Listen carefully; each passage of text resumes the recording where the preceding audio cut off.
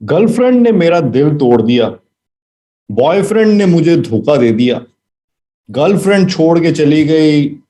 Boyfriend से break of हो गया। तो फ्रेंड्स, ये जो दिखते हैं, ये जो प्रॉब्लम्स है, ये भी बड़ी सीरियस प्रॉब्लम्स है। और खास तौर से जो मैंने देखा है यंग जनरेशन में, कॉलेज गोइंग स्टूडेंट्स या कॉलेज पास आउट करने के बाद ज्यादा ये फेस करते हैं। और वैसे तो किसी भी एज ग्रुप में ये हो सकता है, बट कॉलेज गोइंग या कॉलेज के बाद ये ज्यादा इसलिए फेस करते हैं, ज्यादा उन्हें दिक्कत इसलिए होती है क्योंकि जो पहला प्यार होता है, पहला ब्रेक ऑफ, वो सबसे ज्यादा तकलीफ देता है। उसके बाद जैसे एक बॉडी भी हैबिचुअल हो जाती है। कई बार होता है कि जो आपको पहली बार चोट लगती है या कोई वायरस, कोई बीमारी भी पहली बार अटैक करती है, तो पहली बार आप ज्यादा बीमार पड़ते हैं। फिर थोड़ा इम्यूनिटी सी डेवलप हो जाती है, तो दूसरी बार कम असर होता है। तो ऐसे ही ब्रेक ऑफ के मामले में भी है। तो इसलिए जो कॉलेज गोइंग स्टूडेंट्स होते हैं या उसके बाद जो एक्सपीरियंस करते हैं, उनको सबसे ज्यादा ये दिक्कत होती है। तो ब्रेक ऑफ के बारे में आपसे कई तरह की बातें करूंगा कि ब्रेक ऑफ होता क्यों है, कब ये ज्यादा दर्द देता है, क्यों इससे इतनी तकलीफ होती है, और ब्रेक ऑफ होने के बाद क्या किया जाए। इन सब के बारे में मैं आपसे डिस्कस करूंगा, आपसे बातें करूंगा, अपने व्यूज शेयर करूंगा। तो पहले तो यही बात करते हैं कि ब्रेक ऑफ होता क्यों है। तो इसके पीछे कई रीजंस हो सकते हैं, अलग अलग रीजन हो सकती है, कोई एक नहीं है। कॉम्पैटिबिलिटी इशू भी हो सकता है कि जो दो बॉयज गर्ल्स या मेल फीमेल है, तो हालांकि वो चाहे कितनी भी टाइम से एक दूसरे को जानते हो, कितने टाइम से उनका चल रहा हो अफेयर या रिलेशन, पर फिर भी एक कॉम्पैटिबिलिटी इशू होता है। तो कुछ बातें होती है कि जो कभी ना कभी सामने आनी होती है और उससे ब्रेक ऑफ होना होता है। और कई बार ब्रेक ऑफ मिसअंडरस्टैंडिंग की वजह से भी हो जाता है, या कोई एक इंसिडेंट ऐसा हो जाता है कि उसकी वजह से ब्रेक ऑफ हो जाए। जैसे मैं आपको बताऊं, मैं अभी पढ़ रहा था इसके बारे में, ये भी मैंने देखा कि इस टॉपिक पे, ब्रेक ऑफ के बारे में, वीडियो तो क्या, यूट्यूब पे पूरे चैनल ही बने हुए हैं। तो पूरे चैनल पे ही वो अलग अलग वीडियोस उसके होते हैं। बट खैर, मैं तो आपसे इस एक स्पेशल वीडियो में ही बात करूंगा। तो जैसे मैं आपको बता रहा था कि ब्रेक ऑफ के पीछे मिसअंडरस्टैंडिंग भी हो सकती है, कोई इंसिडेंट भी हो सकता है, या इसके अलावा वो किस किस स्टेज पे है, क्या उनका मैच्योरिटी लेवल है, क्या उनकी सोच है, किस तरीके से वो उस बात को या इंसिडेंट को ले रहे हैं, उसके बारे में सोच रहे हैं, उस पर भी डिपेंड करता है। जैसे मैं आपको दो एग्जांपल देता हूं।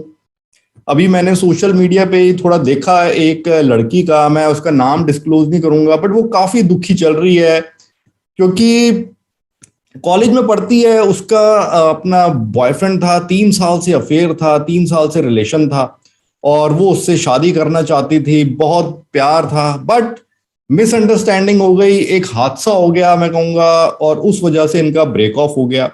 कि लड़की को फ्रेंड रिक्वेस्ट आई किसी की, और उसमें किसी स्ट्रेंजर से थी, और उसमें दूसरे ने जैसे इनिशिएट किया, तो उसने सेक्सुअल चैट उसमें कर ली। नहीं करनी चाहिए थी, वैसे गलती थी, अब एक रिलेशन में थी। बट उसके बाद उसके बॉयफ्रेंड को पता चल गया, और बॉयफ्रेंड ने डिसाइड किया कि नहीं, मेरे को तो धोखा दिया है मेरी गर्लफ्रेंड ने, सो ब्रेक ऑफ, हमेशा के लिए, परमानेंट।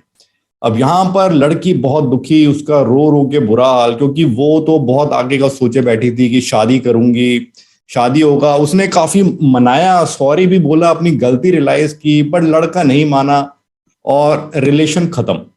तो इसमें हम देखें कि ठीक है, गलती थी लड़की की, बट मैं ये भी कहूंगा यहाँ पे लड़के की भी गलती है कि अगर लड़की ने अपनी गलती रियलाइज की, तो लड़के को भी 1-2 दिन तक चलिए नाराज होके फिर उसको बात को खत्म कर देना चाहिए। पर ये एक मैच्योरिटी लेवल भी होता है, अब कॉलेज में होते हैं, तो सो मे बी लड़के को लगा कि जी उस सेक्सुअल चैट है वो एक बहुत बड़ा रीजन है एक 3 साल के रिलेशन को खत्म करने के लिए। बट देखा जाए तो इतना बड़ा रीजन भी नहीं है, कई बार हो जाता है। तो आप चाहे तो उसको भुला भी सकते हैं, अपना 1-2 दिन भुला के आप उसको आगे अपना रिलेशन कंटिन्यू कीजिए। इसी तरह एक और मैंने इंसिडेंट देखा कि गर्लफ्रेंड को बड़ी शिकायत बॉयफ्रेंड से हो गई कि मेरे से सॉरी बड़ा बुलवाता है, कि हर महीने मेरे को मनाना पड़ता है किसी बात के लिए और सॉरी बोलना पड़ता है। तो इस बात पे उसने फैसला कर लिया कि जी अब तो मुझे ब्रेक ऑफ करना है। 5 साल का रिलेशन था, बड़ा प्यार था। अब गर्लफ्रेंड से पूछा गया लड़की से कि अच्छा, इसके अलावा, इसके अलावा क्या दिक्कत? तो इसके अलावा तो खैर कोई दिक्कत नहीं थी। उधर से लड़का भी हैरान परेशान कि चलिए सॉरी बोल के मनाना पड़ता है, बट बाकी तो सब बढ़िया ही है। अब यहाँ पर बॉयफ्रेंड भी सोचे कि भाई मेरे से अगर ब्रेक ऑफ करके जाएगी तो जरूरी नहीं मेरे से बेहतर ही मिले, कहीं कुछ तो थोड़ा बहुत एडजस्ट कहीं ना कहीं करना ही पड़ेगा, तो हो सकता है ज्यादा ही एडजस्ट करना पड़े। तब याद आए, बट लड़की को नहीं समझ आई तो लड़की पूरी एडमेंट अब तो मैं खत्म करके ही रहूंगी। और यहाँ पर एक ये बात भी है कि अगर कोई एक पार्टनर डिसाइड कर ले कि मुझे तो खत्म करना ही है, तो फिर ये वो दूसरा पार्टनर कितनी भी कोशिश कर ले फिर तो वो खत्म होगा ही। सो रिलेशन को बढ़ाने के लिए दोनों को यहाँ पे फ्लेक्सिबल होना जरूरी होता है। अच्छा, ब्रेक ऑफ में दर्द या तकलीफ ज्यादा कब होती है?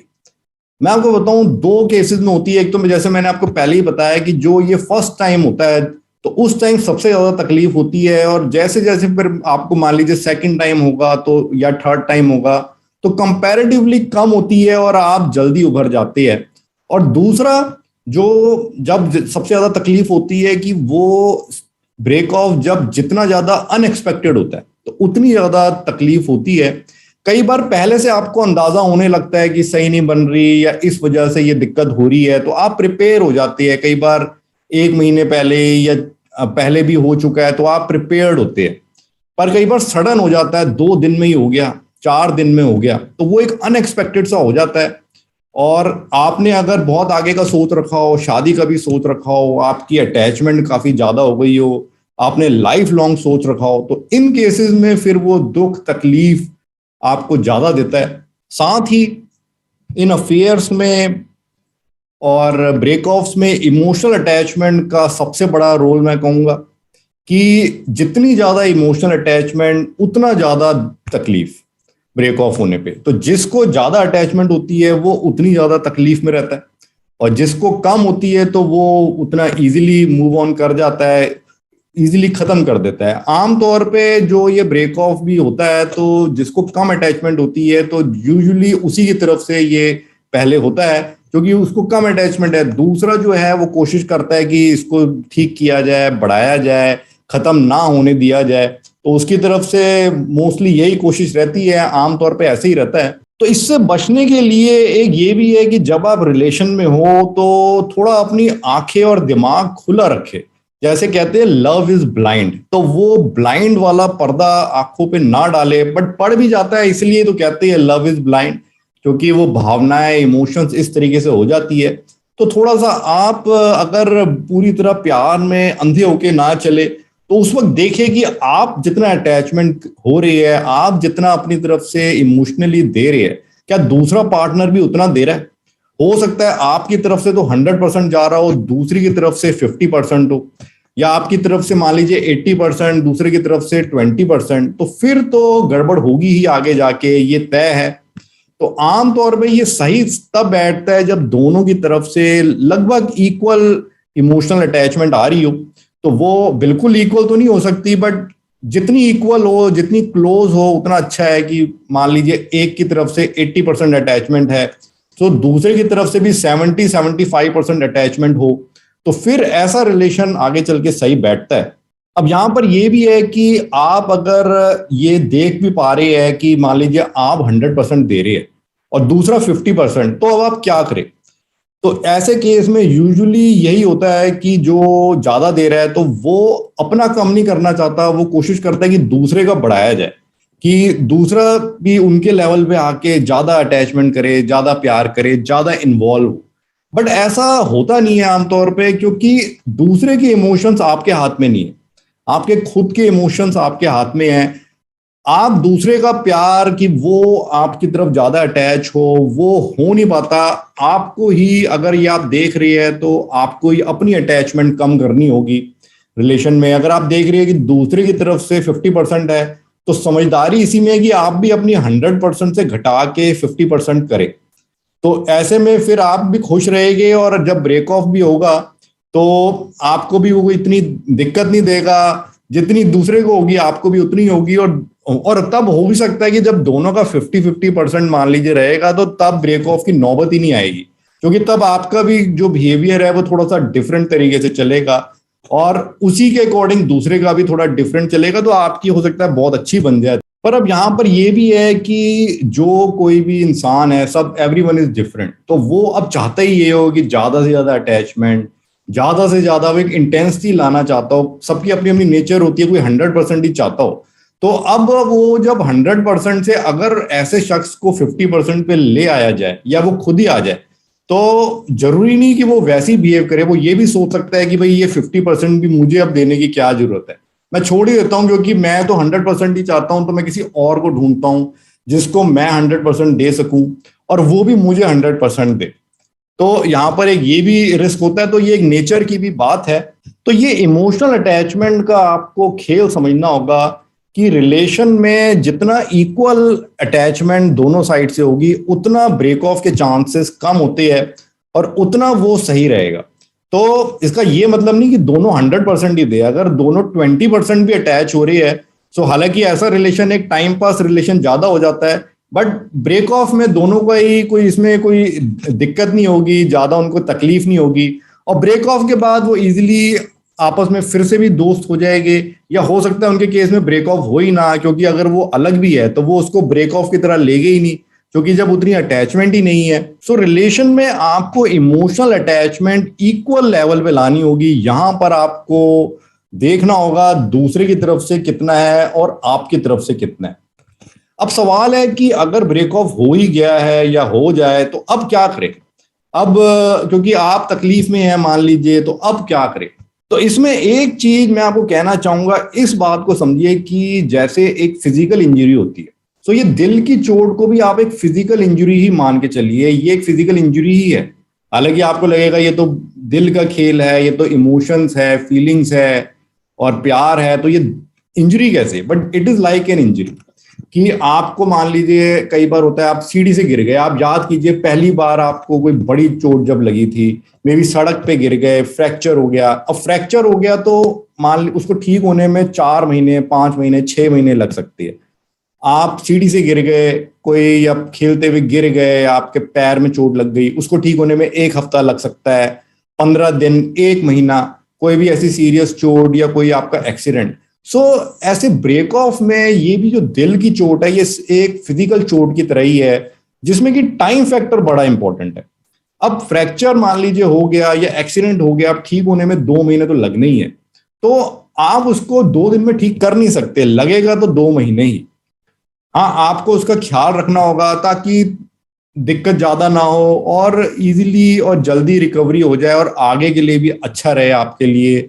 और उसी तरीके से आपको अपने दिल का भी ख्याल रखना है। तो पहली बात तो टाइम फैक्टर को एक्सेप्ट कर लीजिए। अब कोई भी आपसे आके कहेगी जी सोचिए ही मत, तो वो पॉसिबल नहीं होता।